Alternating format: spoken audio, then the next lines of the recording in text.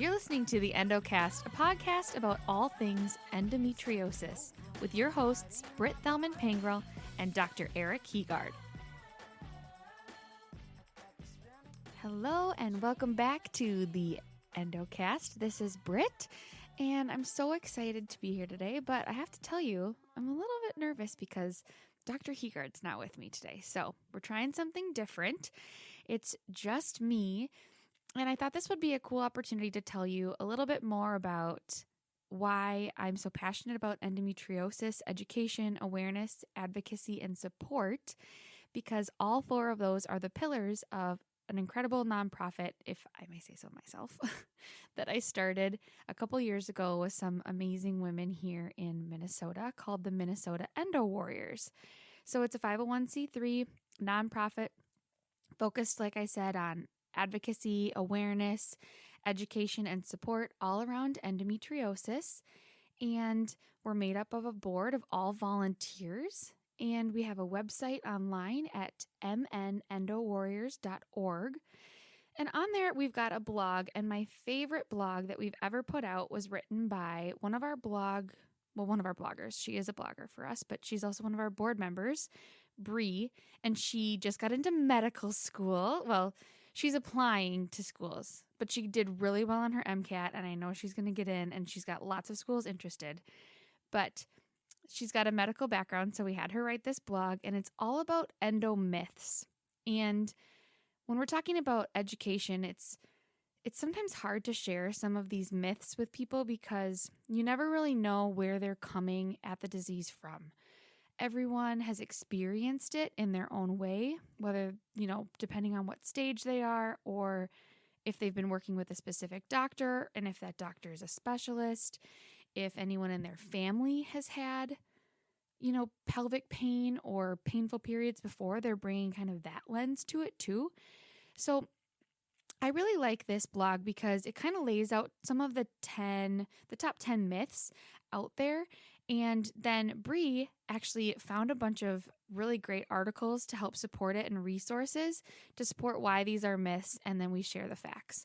So I think this is just a great way to educate ourselves on true endometriosis facts and dispel some of the fake news out there, as I like to say. So to kick things off, the first myth is that debilitating menstrual pain is normal. I really hope as you go through this journey of listening to the Endocast, you come to find that period pain and menstrual pain is not normal.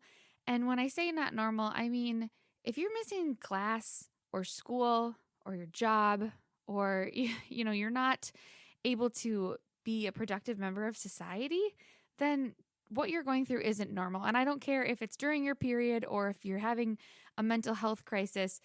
If something is keeping you from your daily life, that's not a normal thing that other people are going through. You should probably get some support and some help. So pain that's so severe that it's disrupting your normal functioning life is not normal. And unfortunately, people who have periods, or we like to say people with women's issues, and I'm saying that in quotes, are oftentimes dismissed, especially because they think doctors might say, you're being overly dramatic. Or as a teenager, when you haven't had your period for a very long time, people just assume that you don't know what it feels like. And so this pain must just be so bad for you, but you haven't felt real pain.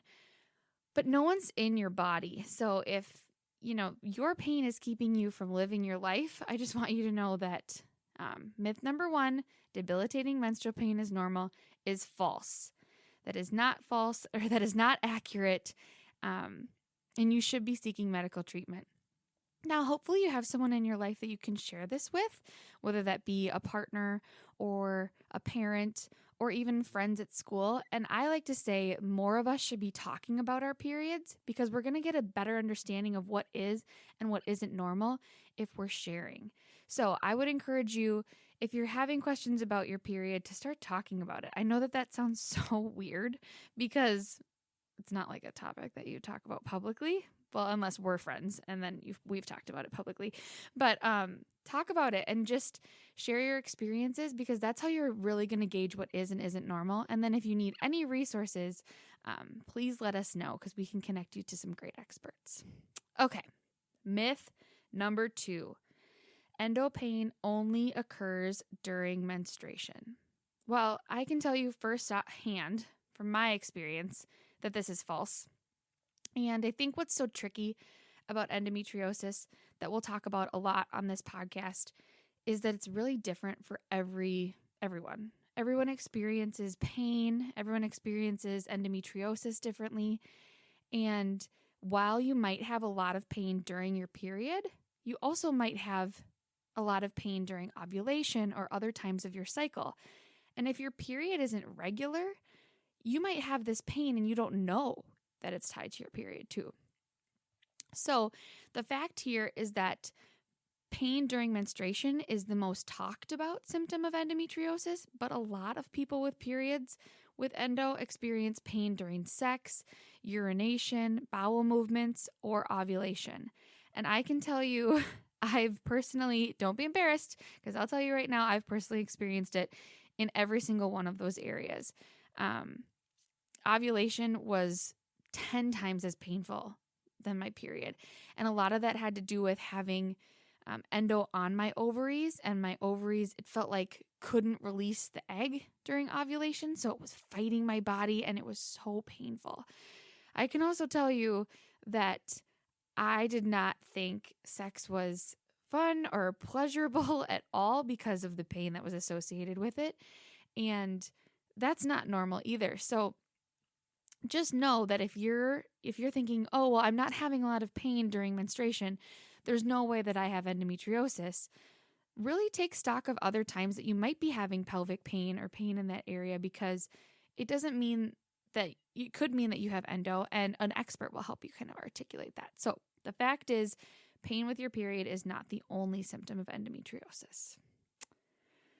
All right. Myth number 3 is that endo equals long, heavy periods. Again, I kind of feel like these myths were written about me, because I, for a long time, thought, oh, well, if I don't check every box on here, there's no way I have endometriosis. Because I didn't have long, heavy periods. I had pretty normal, they came about every 28 to 35 days, throughout my adolescence and then college years and stuff. And they were fairly short most of the time. I always thought like, okay, well, the pain's really bad for me, but I only have my period for 3 days, so there's no way I have endo. Some people with endometriosis report really long menstrual cycles and heavy bleeding, and yes, that can be a symptom.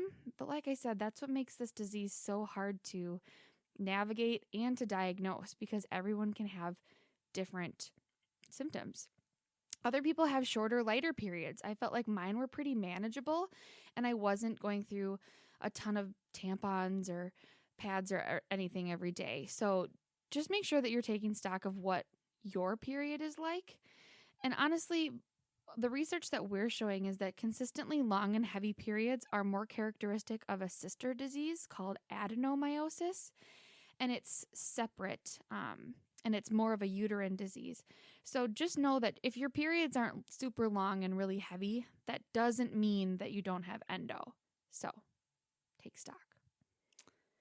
All right, number 4, and this one I'm really passionate about. In fact, we have a whole episode this season on pain, but this one is that the stage of your disease correlates to the severity of your pain. So in other words, if you have stage 4 of endometriosis, then you're going to have more severe pain than people who have stage 1. Well, I kind of think of this one as, and I try to say this we have an online and we conduct in-person support groups for the Minnesota Endo Warriors. And I've said this so many times to people that the stage of your disease is not a badge of honor.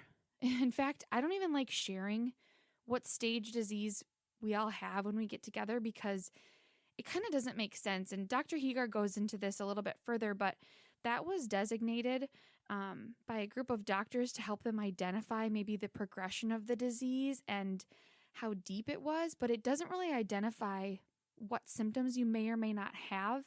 and the severity of the pain that you experience. So, like I said, it's not a badge of honor. Nobody gets a gold star for being stage 4 and they don't get a gold star for being stage 1. That's not how it works. Endometriosis is crazy. It grows in a really weird way in your body, and it attacks parts of your body differently depending on how your disease is interacting with you. For example, some people have really bad cysts and endometriomas that can cause major pain and burst and twist your fallopian tubes. And then other people can have very minimal disease on their ovary, for example. So it's not, messing with the function there, but it's growing on the lining or peritoneum, and they're experiencing more pain with sex, or they're experiencing pain with bowel movements because it's interacting with their colon. And then there are people that have really bad nerve pain, where endo attacks the nerves and it actually creates new nerve pathways. And if you have stage 1 disease, so that means it's more minimal, right? It maybe hasn't hit as many areas and it isn't as deep infiltrating, but you've got it on your nerves, you might have more pain than someone who's in stage 4 with frozen pelvis, because their body has figured out a way to kind of maintain its pain threshold. So what I want to say is, it doesn't matter what stage disease you have. So if you get out of surgery, hopefully with an expert, and they're like, well, it was just stage 1, don't feel defeated. I've had so many endo warriors come to me and say, well, they said I have minimal disease and, I'm not sure if this is causing my infertility, or I don't know if this is what's really causing my pain. Just know that it's not a badge of honor. They're not writing you off. That's more of a medical term. It isn't a way to try to minimize your pain or kind of what you're feeling. It's just a way for them to kind of categorize where you're at and the progression of where the disease can go. And honestly, if you're stage 1, good. That means you caught it a little bit earlier and it hasn't infiltrated more organs and more areas of your body. So it's not a badge of honor, and it definitely does not correlate to your pain. So don't feel bad if you're still having a lot of pain and you think you're only, and I say that in quotes, stage 1. Okay, sorry. And by the way, I'm super pregnant right now.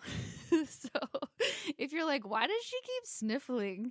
It's because there's a lot of extra mucus and stuff in my nose. So thank you for your patience. All right. Myth number 5. Endometriosis only affects white women ages 30 to 50. This one is just so ridiculous. I didn't even realize that was a myth that people thought was a thing. So endometriosis doesn't discriminate by age or race or by what gender you classify yourself as. It can grow in anyone who was born with a uterus, and the first symptoms are commonly reported in pre-adolescence with the start of puberty, and the disease has actually also been found in fetuses.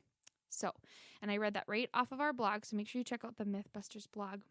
But this one's important because our nonprofit goes to the School Nurses of Minnesota conference every year, and we've had school nurses come up to our booth and say, oh, endometriosis, yes, I'm very familiar with it, but we don't have to deal with that with our population of students. And I was like, oh, okay.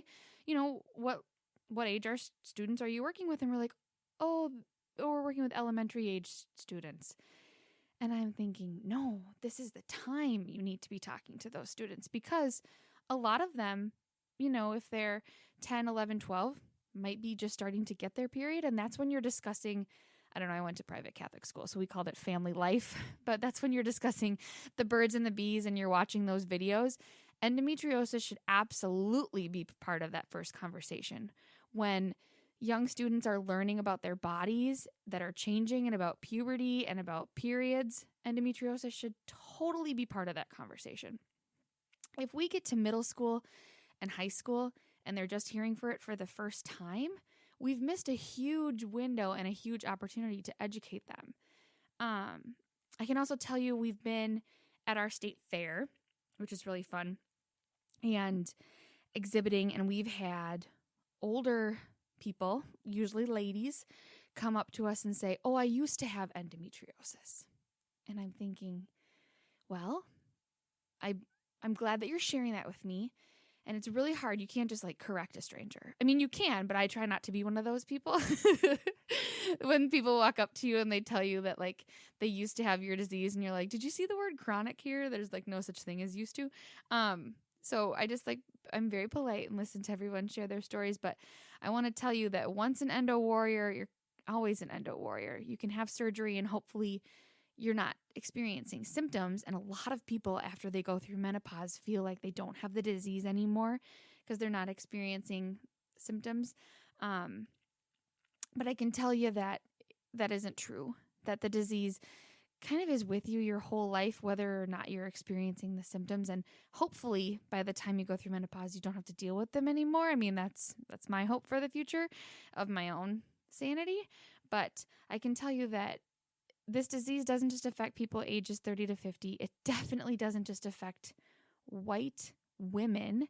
And it doesn't just affect you if you consider yourself a woman. So I think there are some important conversations here to be had about the communities that endometriosis affects and what we're doing to educate the public about that too. All right. Myth number 6. I can personally relate to this myth, especially right now, because it says pregnancy cures endometriosis. And I have to tell you, if this were true, I feel like so many more people would be pregnant right now because that just sounds like so amazing.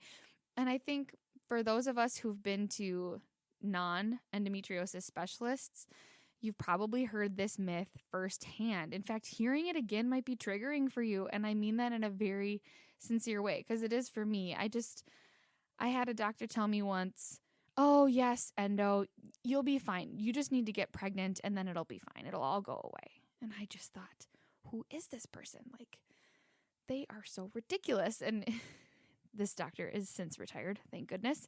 But I left that appointment. My mom was actually in that appointment with me and we had started the nonprofit at that point. And even my mom goes, wow, that guy doesn't know what he's talking about or who he's talking to, does he? And I'm like, clearly not. And I also felt like, what an insensitive thing to say to someone who's, 2 years into her infertility roadmap. Like, come on, bro. Oh, okay. I can't help you get pregnant, but don't worry. Once you do, your endo will go away. So either way, if you couldn't tell by my rambling, this one is not true either. Fact is that many women with endometriosis, including adolescents, isn't that ridiculous, are advised that pregnancy helps endometriosis by slowing the disease's progression and even curing it. Okay, so that's not true. Sometimes there's an increase of progesterone during pregnancy that can act like hormonal suppression. And some people, I can tell you firsthand, myself included, since being pregnant have had, no symptoms, which is great. But it also makes me really nervous because a lot of my endo warrior friends who've since had babies have told me, no, it all comes back. So I will tell you, number one, if you're choosing to get pregnant or you're trying and you want to have a baby, that should be your reasoning, right? You shouldn't be trying to get pregnant to cure a disease like endometriosis because number one, it's not true.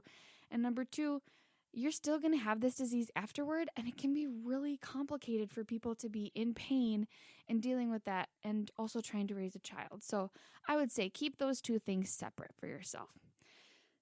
Number two, don't beat yourself up if you can't get pregnant. That's the other one in here that really drives me batty because they act like it's just so easy for everyone. And one of the common symptoms of endometriosis is infertility. So if you're struggling and this is the advice you're given, I would tell you, like I'm going to tell you in every episode, you probably need a new doctor. So don't be afraid to fire your doctor and get a second opinion, especially if your doctor's opinion is any of these myths. I'd say it's time to look elsewhere. All right. Myth number 7 is that hysterectomies cure endometriosis. Okay, so there's a couple more myths on here that are about cures. Let me just put this out there. There is no cure for endometriosis right now. Did you guys hear that? Because that one's pretty important. I just feel like we're all looking for a magic pill, and For someone to say to you that there's a cure for something that you might be going through sounds so appealing. And, if pregnancy or a hysterectomy or the next one, surgery, could really cure endometriosis, don't you think we would all be doing that, like, right away? This disease affects 1 in every 10 people with periods and over 176 million people around the world. Don't you think those people would, like, be having a ton of babies or be totally uterusless or be done after surgery? There is no cure. It's a chronic disease, which, not to be a Debbie Downer, there's lots of great ways to live with the disease, and I'm going to help you through that. But I can tell you that a hysterectomy does not cure endometriosis. In fact, Dr. Heegard will tell you himself, endometriosis is not a uterine disease. So just removing your uterus doesn't mean you're removing the disease or the cause of the disease either.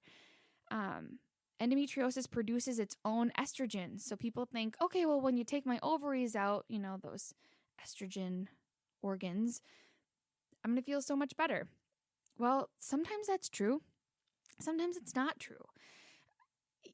I would, just like making a baby, just like having a child or bringing a life into this world is a really important life decision. You shouldn't be making that decision just based on if it will cure your disease. Same with having a hysterectomy. If you feel that that's the right move for you and you've tried everything else, you think that you might have adenomyosis, and you really feel like it's your only other step, and you think it's the right move for you at this point in your life, then by all means go ahead. But I will tell you that I know people personally who've had hysterectomies who have not seen a decrease in their pain or a change in how the disease affected them even after everything was removed.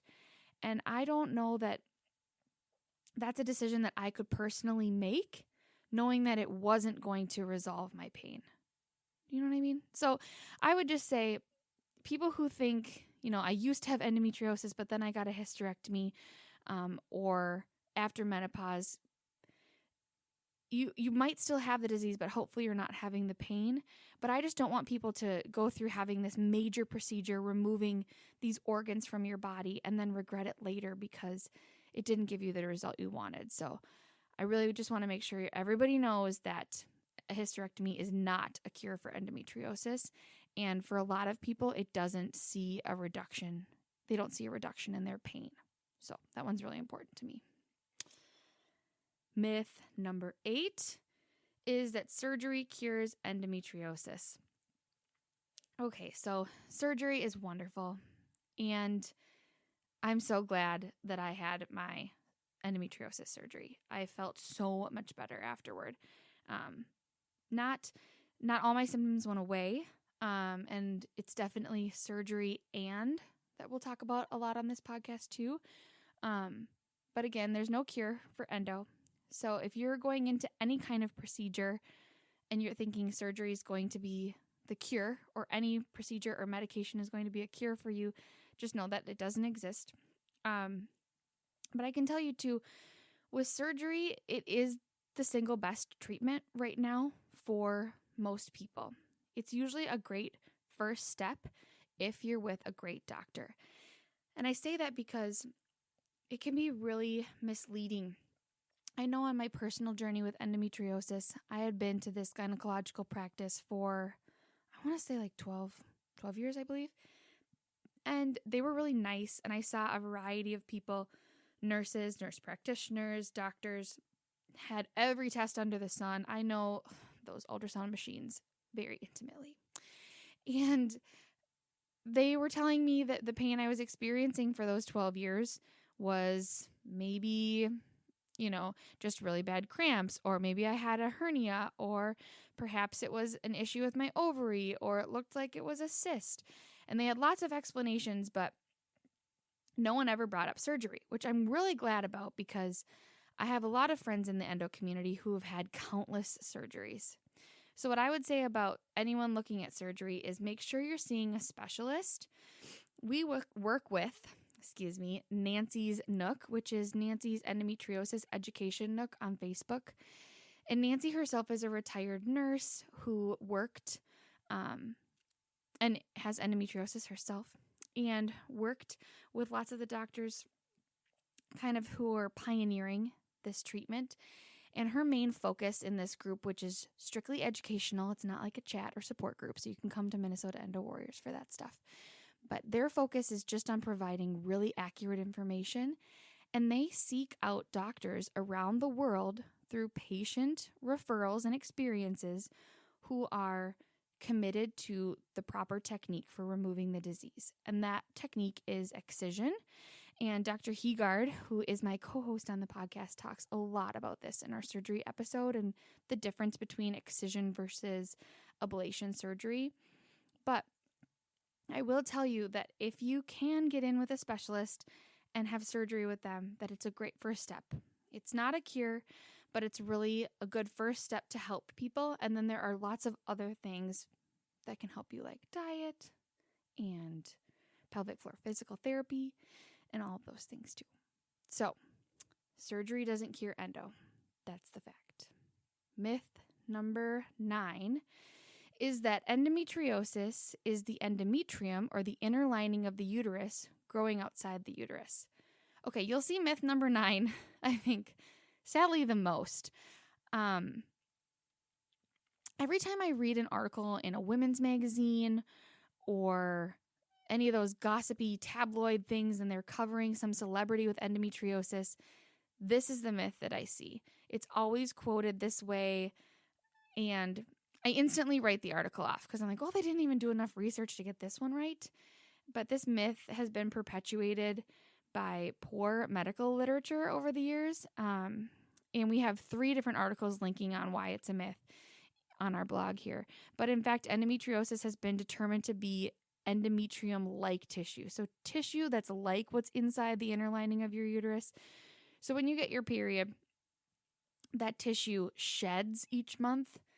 And what we're talking about here, the endometriosis tissue, is different than the endometrium. They share similar factors and they have similar look to them sometimes, but they are different and they interact in your body differently. So if you're reading an article and they keep citing this, feel free to comment with our blog and tell them to look at myth number 9 because they're wrong. All right. And last but not least is myth number 10, and that is that endometriosis grows in the pelvic cavity near the uterus. Okay, so what's tricky about this one is that it's partially true, right? That endo is most commonly found in your pelvic cavity, but endo can grow anywhere in your whole body. I mean, most people that I talk to, and myself included, have found endo on their uterus or their fallopian tubes, ovaries, bladder, peritoneum, which is that inner lining of your pelvic cavity, kind of holding all those organs together. Uterosacral ligaments, bowels, appendix, rectum, and vagina. Like those are the most common areas where they find it. A good, even a not so good endosurgeon will be able to find it in those areas, but endo can appear anywhere in your body, and it's been found in the lungs, diaphragm, and even the brain. So I don't share that to scare you, but I think it's important because thoracic endometriosis, so endo that's found in your thoracic cavity and not your pelvic cavity, that cavity includes your lungs and your heart and your diaphragm, can be pretty serious, and those symptoms can be a little bit more interesting. So a lot of like chest pain, trouble breathing, especially around your cycle. If you're having those symptoms around your period or when you might be ovulating, you could have thoracic endometriosis. And people think that it's a little more rare, and I think that's just because we don't talk about it quite as much. But thoracic endometriosis, or endometriosis that grows anywhere else in your body, is a problem and can interact with your body in different ways. So if you're not having the typical painful period or pain with sex symptoms, that doesn't mean you don't have endo. If you're having other weird things that could go along with your cycle, I would suggest finding an endometriosis specialist because sometimes they can help recognize those symptoms even if they're in other areas. I know I've personally talked with my endometriosis specialist, Dr. Matthew Palmer of Oakdale OBGYN here in Minnesota, and he said he's seen some cases and they can be really surprising. Like he'll find spots of endo in their pelvic cavity, but then he's seen it in their diaphragm or on their lungs, and he can help identify some of those symptoms. And then he works with other surgical specialists to help remove that disease. So that can be really helpful too. So those are our 10 myths. Make sure you guys check out the blog. I think it's really helpful. We actually packaged these myths up and put them on a handout that we gave away at the school nurses conference this last year. And we're going to put that on our website as well. And we'll link to that in the show notes here. We will see you next time. Thanks so much for listening. Be sure to connect with us on Facebook at facebook.com/The Endocast. Our theme song is Renegade Energy by Tacky Annie. This is a Matriarch digital media production. Learn more about Matriarch and check out all their great podcasts at matriarchdm.com.